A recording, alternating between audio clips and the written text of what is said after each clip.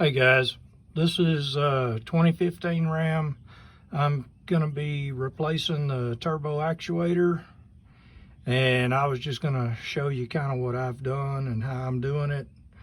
First of all, I removed the inner fender. There was like 8 bolts and a couple of little old push-in clips, but there's a 10mm bolt right here that holds the electrical there. That'll need to come out, and then that'll free that up. Now on that electrical plug up there, you'll see this little tab right here, this gray tab. It slides back and then just press in on it, and it allows you to slide it off. And now you're unplugged and free.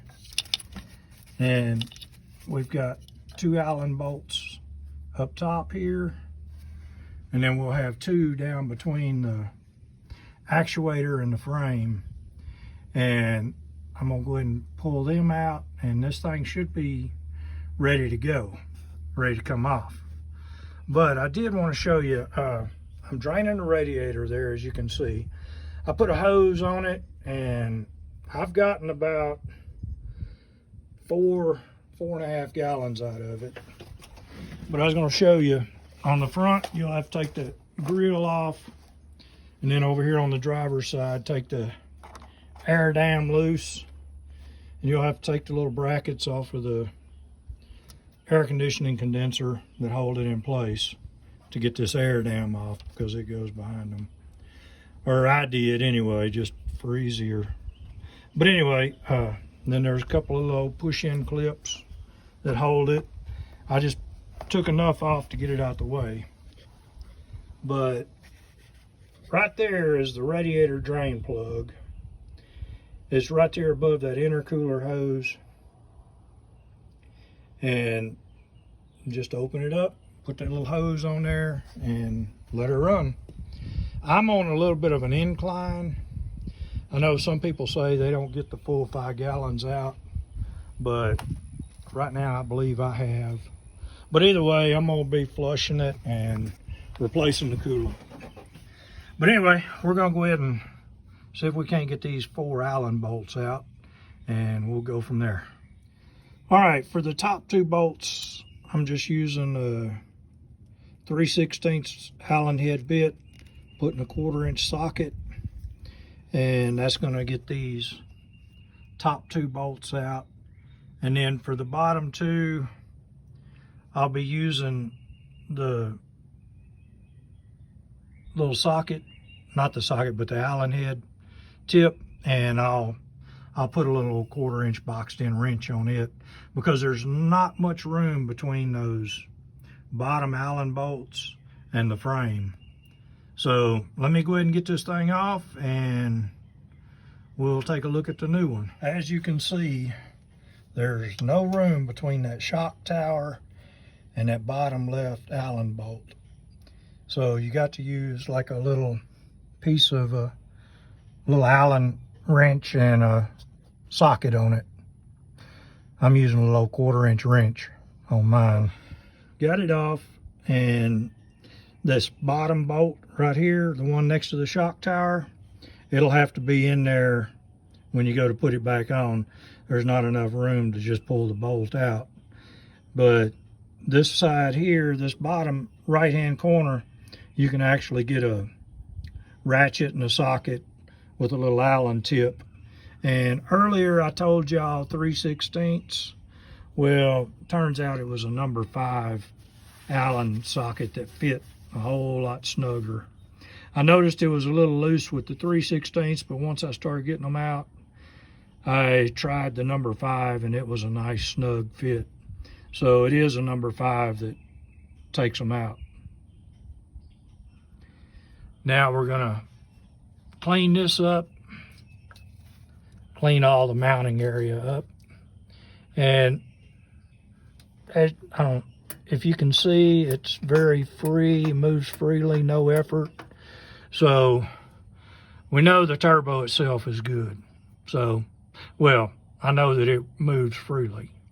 But anyway, I was getting a bunch of different codes, and I got them wrote down. I'll find them here in a minute and tell you what they were. But right now, I'm going to get the new one out and see about putting it together, because it comes in 2 pieces, and we'll go from there.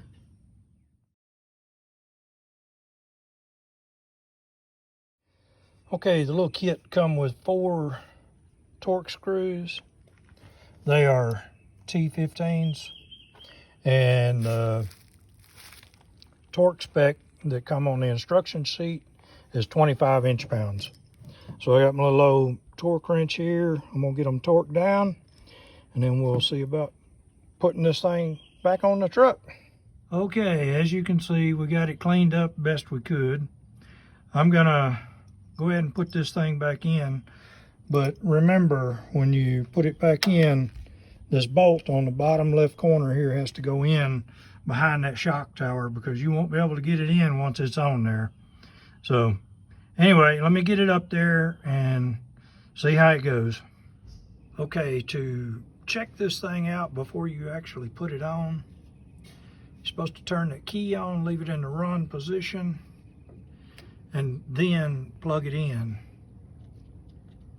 And the gear should go each direction and then stop.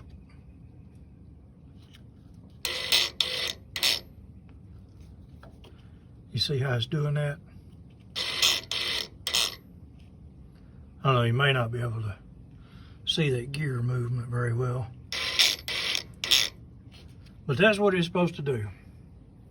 So now we're going to go ahead and button it up. Well, there you have it, all in and buttoned up and all plugged up. I did use some zip ties because you got a lot of extra wire now, so I just kind of zip tied it up to keep it from falling over here on the hot side of the turbo. And you know, when you go through that little bracket, tighten it down. Then I zip tied it again right here, just so it's all secure and up out the way, won't be getting on nothing hot and frying. So that's about it. A pretty easy job now to flush out the cooling system and refill it. As always, if you enjoyed the video, please share it with everybody. If you didn't, please let me know so I can do something better. Thank you. Okay, I forgot to tell y'all the codes. P0046 boost control, P00AF module performance, P003A boost control module, PC10C was another turbo code, and then that P2560 is because I got low coolant right now when I check the codes again. So anyway, that's what it is, and